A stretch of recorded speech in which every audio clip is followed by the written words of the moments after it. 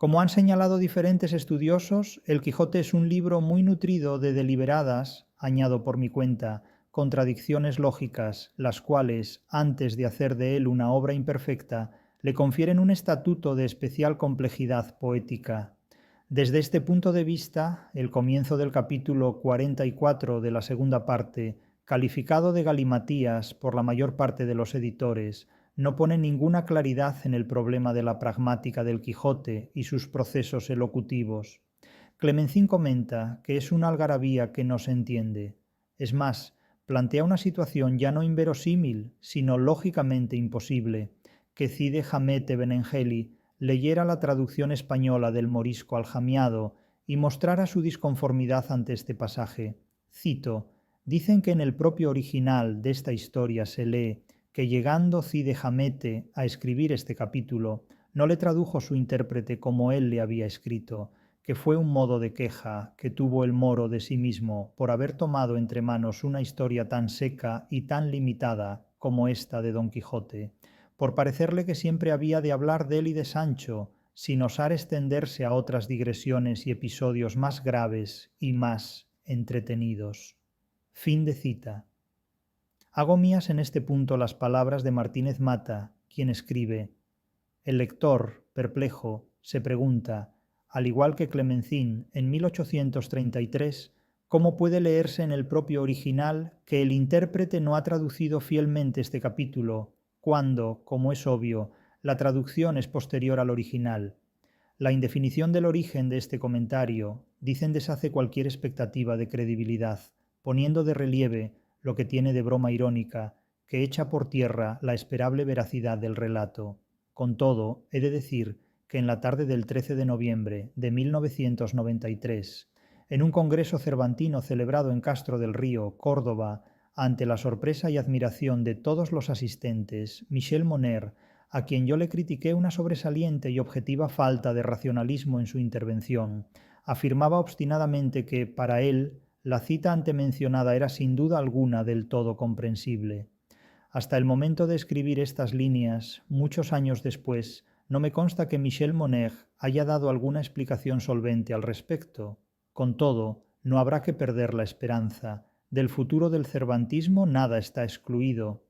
El entramado literario de los autores fantasma del Quijote, las metamorfosis de los que nos cuentan historias. Hablemos del intertexto literario de los autores ficticios del Quijote. Riley, al tratar de explicar la complejidad del sistema narrativo del Quijote desde el punto de vista de la teoría literaria conocida por Cervantes, describe el recurso de los autores ficticios y advierte que con Cide Hamete Benengeli, Cervantes no se limita a parodiar un gastado artificio de la literatura caballeresca, como en efecto sí ocurre con el sabio Alisolán, que aparece en el Quijote de Avellaneda, sino que el efecto que consigue es aumentar la ya notable profundidad del libro, al hacer del moro un personaje deliberadamente absurdo que, como autor ficticio, consigue, en relación a los presentes en la literatura caballeresca, una dimensión inesperada y unas posibilidades extraordinariamente enriquecedoras desde el punto de vista pragmático y polifónico de la novela. Es pues indudable que la construcción del personaje Cide Hamete, al margen de las condiciones esenciales que adquiere en el Quijote cervantino, se inscribe en una tradición e intertexto literario propios de la literatura de caballerías.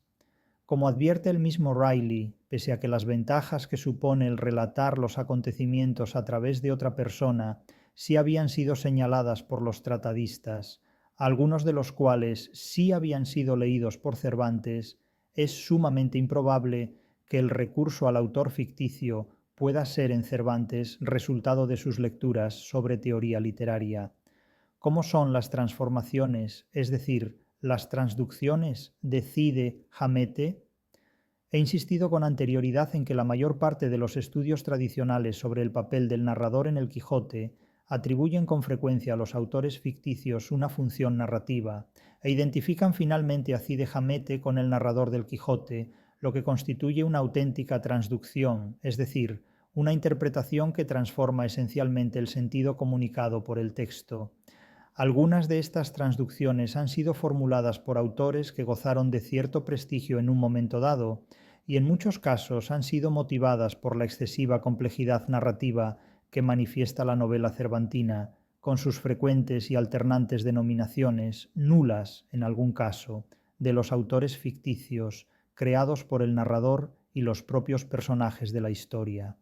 Así, por ejemplo, es el propio narrador editor del Quijote, al calificar a Cide Hamete de autor primero, en el capítulo 40 de la segunda parte, quien provoca una inmediata confusión entre la identidad de los autores de los capítulos 1 a 8, autor primero anónimo, y 9 y siguientes, Cide Hamete.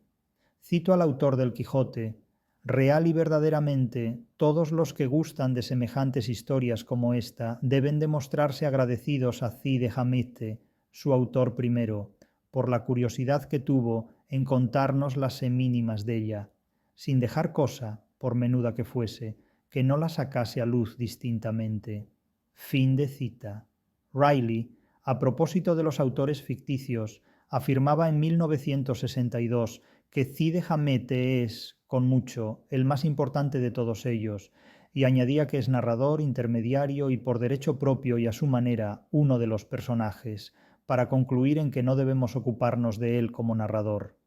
Con todo, Riley se equivocaba al afirmar que Cide Hamete es narrador. No es cierto, ya se ha dicho que no narra nada, no tiene voz propia. Es un instrumento retórico del narrador, quien lo cita cuando quiere y le cede la palabra, mediante citas textuales o discursos referidos e indirectos, con frecuencia para ridiculizarlo.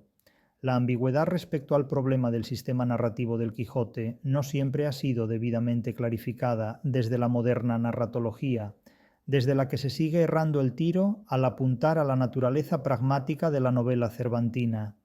Es un hecho que el problema de los narradores del Quijote constituye uno de los aspectos más exigentes de la interpretación de esta novela, lo que explica acaso que con demasiada frecuencia se hayan propuesto lecturas que el propio texto rechaza.